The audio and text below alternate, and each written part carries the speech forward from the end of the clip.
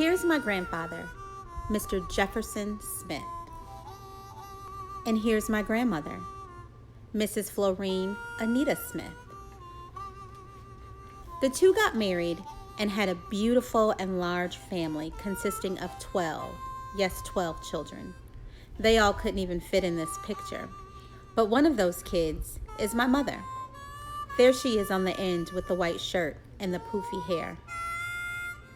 Here's a more recent picture of my mother, Dr. Linda Florine Smith Fikes. My mom was number 10 of the 12 children. She was born in 1951 at a heightened time during the segregationist period in Oklahoma, Mississippi. Oklahoma is a really small town about 40 miles outside of Jackson, Mississippi. The town is so small, growing up I always thought everybody there was related. There's the dirt road that leads to her childhood home, which in fact still stands today. My aunt and cousins still live there, and my mom goes to visit every single year. Now that you've met my mom and seen where she's from and seen her childhood home, let's go back to my grandfather. That's him in the middle with the blue coveralls on. He was a farmer, a landowner, a black farmer and landowner in Mississippi in the 50s. That's a picture of all of the land that he owned.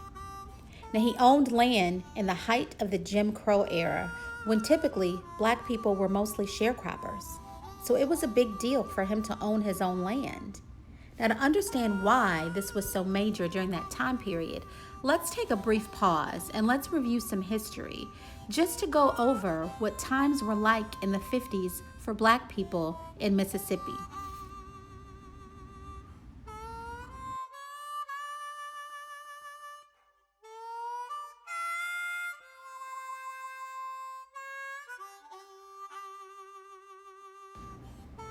Jim Crow ruled the daily life of blacks in the South from about 1865 to the Civil Rights era in the 50s and 60s.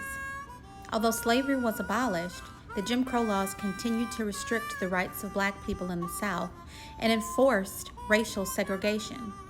These were anti-black laws, and during this time, black people were treated as inferior to white people. Black people were in roles of submission and seen as less than, while white people were in roles of superiority. Black people were confined to jobs such as sharecropping.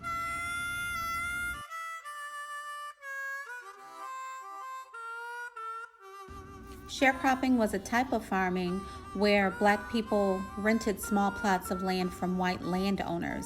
It was a way for black people to make their way back into the work economy after the Civil War. But it was also known as a new form of slavery. Blacks worked the land and were told they were going to receive seeds and food for free, and the owner would share the profits of the crops.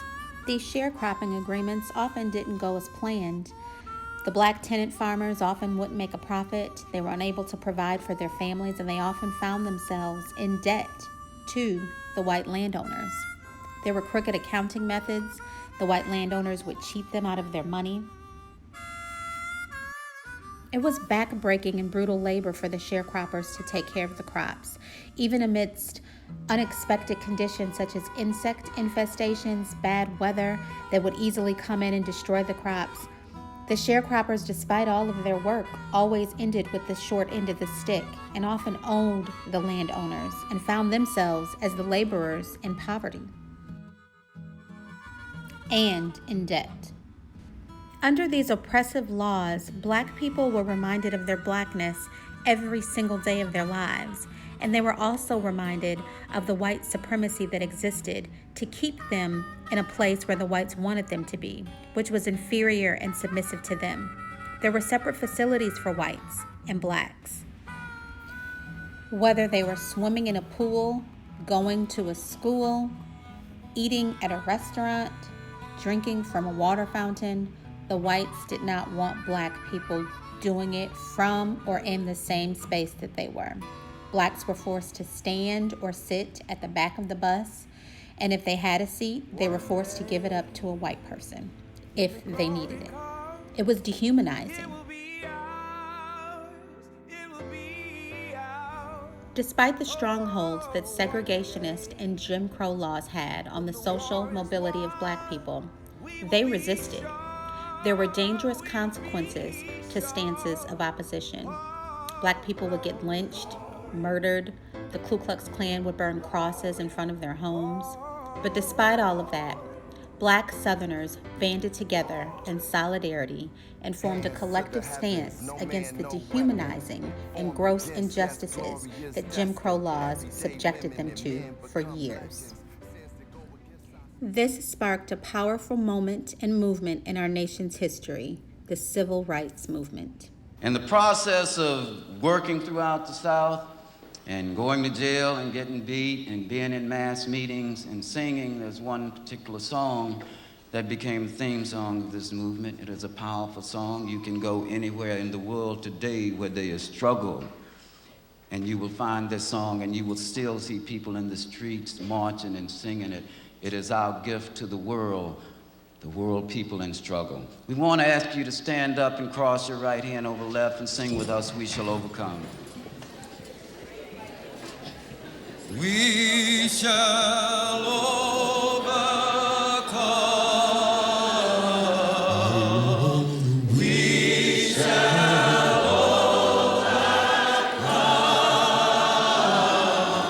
Lord, we shall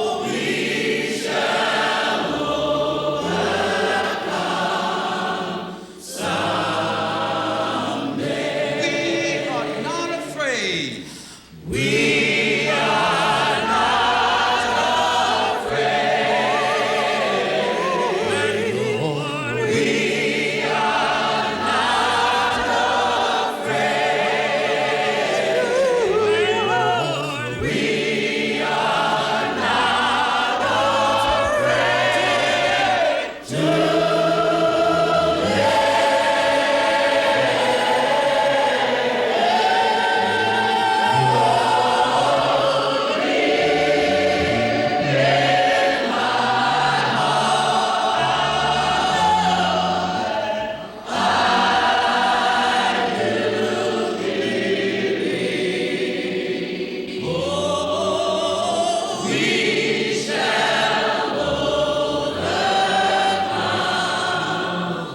someday.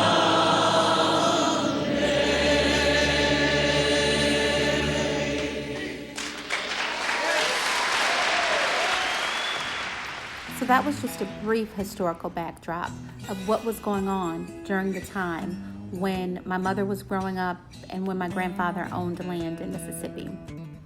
I was able to speak to my mother and her youngest sister, Joyce Smith, who still lives in the family home in Oklahoma.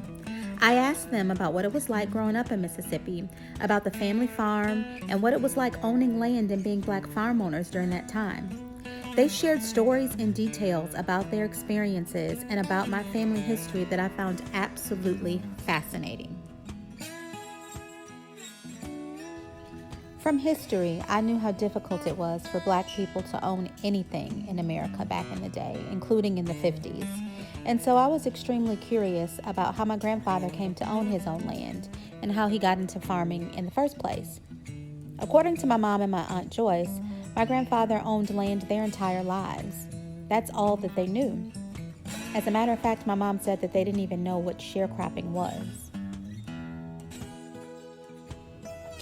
It all started with my great-great-grandfather, Mr. Presley Groves. Presley was born and raised in Oklahoma, Mississippi, my mom's hometown. He was a white man. He was in the Mississippi House of Representatives and in the state Senate. He actually went to law school here at the University of Mississippi. He was also a Confederate soldier.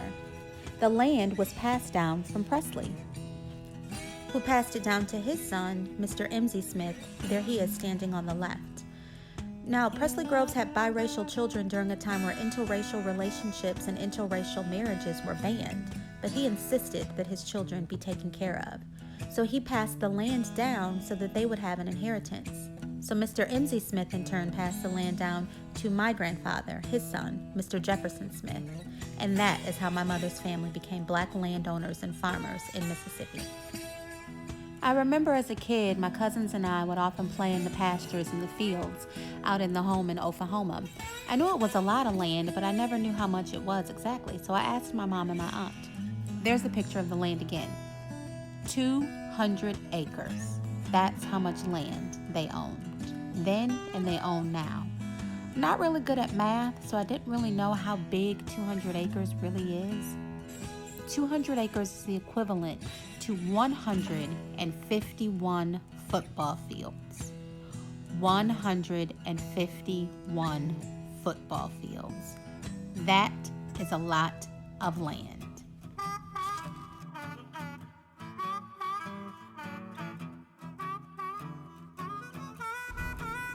How did my grandfather take care of so much land?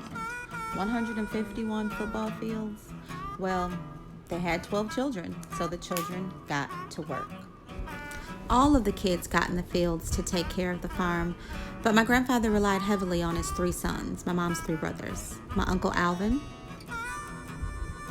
my Uncle Judge, and the oldest brother, my Uncle Jeff. Here's a recent picture of the 3 brothers. Taking care of that much land was a lot of work, and even with 12 children, more help was needed. So cousins were often recruited and paid to come and help take care of the farm and the crops, most specifically during their hardest crop season, which was cotton season. He also recruited other people in the neighborhood to come and help. There could never be enough help on 151 football fields worth of land. The land provided ample food from the crops that they harvested and the animals that they had on the farm, and it also provided income. They had cows, tomatoes, corn, pigs, chickens, peanuts, watermelon, greens and cabbage, and sugarcane. Sugarcane that they were able to harvest in their sugar mill and create their own sorghum syrup. The main staple on the farm was cotton. Now, a typical harvest of cotton would yield them many bales of cotton, which my grandfather would take to the nearest town, Carthage, and sell for profit. The money received for the cotton allowed my grandfather to provide clothes and other necessities for the family. Now, the difference of them being sharecroppers and landowners is they were able to keep their money. If they were sharecroppers, the landowners would take the money and only give them a small portion of it. They also had mules, which they used to till and cultivate the land.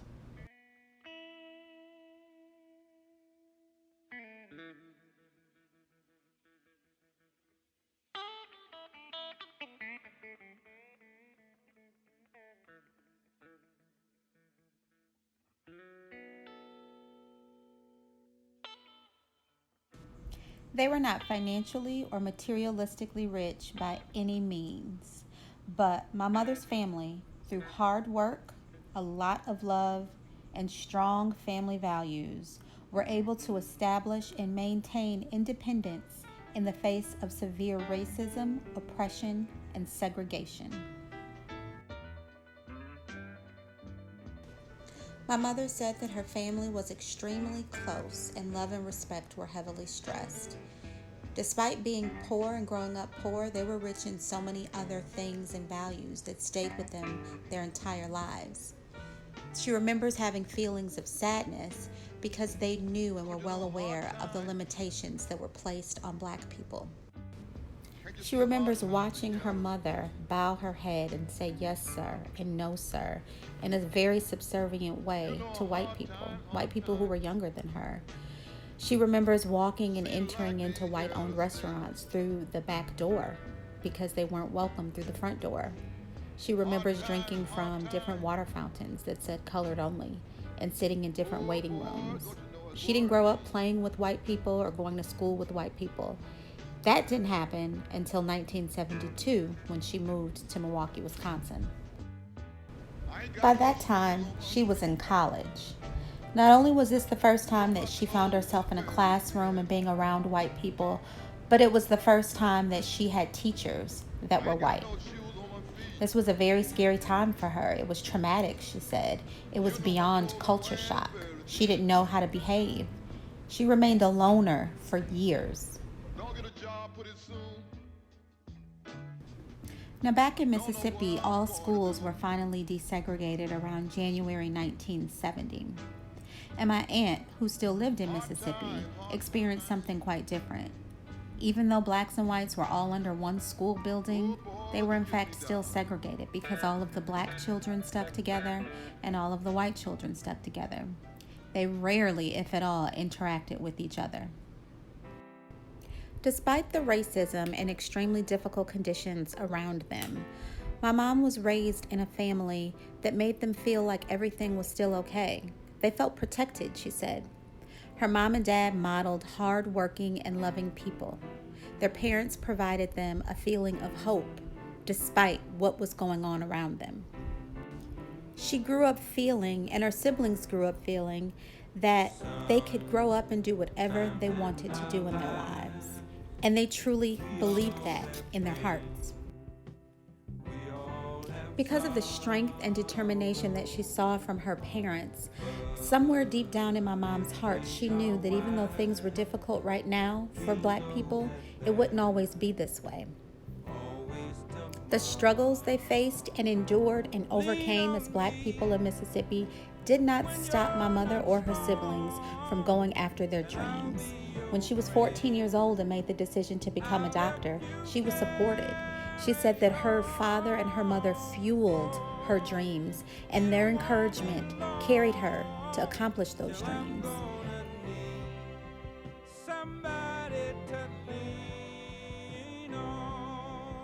My mom took what she called that fuel from her parents and went on and completed medical school.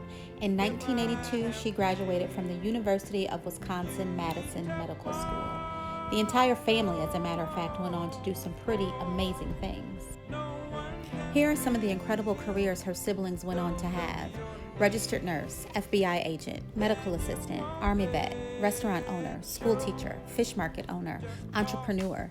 They all also went on to have some beautiful families that live all across the United States. Regardless of how far wide they're spread, Oklahoma, Mississippi is always home, and they always return back to their home, their land. My mom's mother, Miss Florine, taught my mom and instilled in her kindness, how to be open, unselfish, and a genuinely loving person. She showed her what it means to genuinely care for others. And these are values and traits that my mother has passed down to her children, me and my 3 sisters.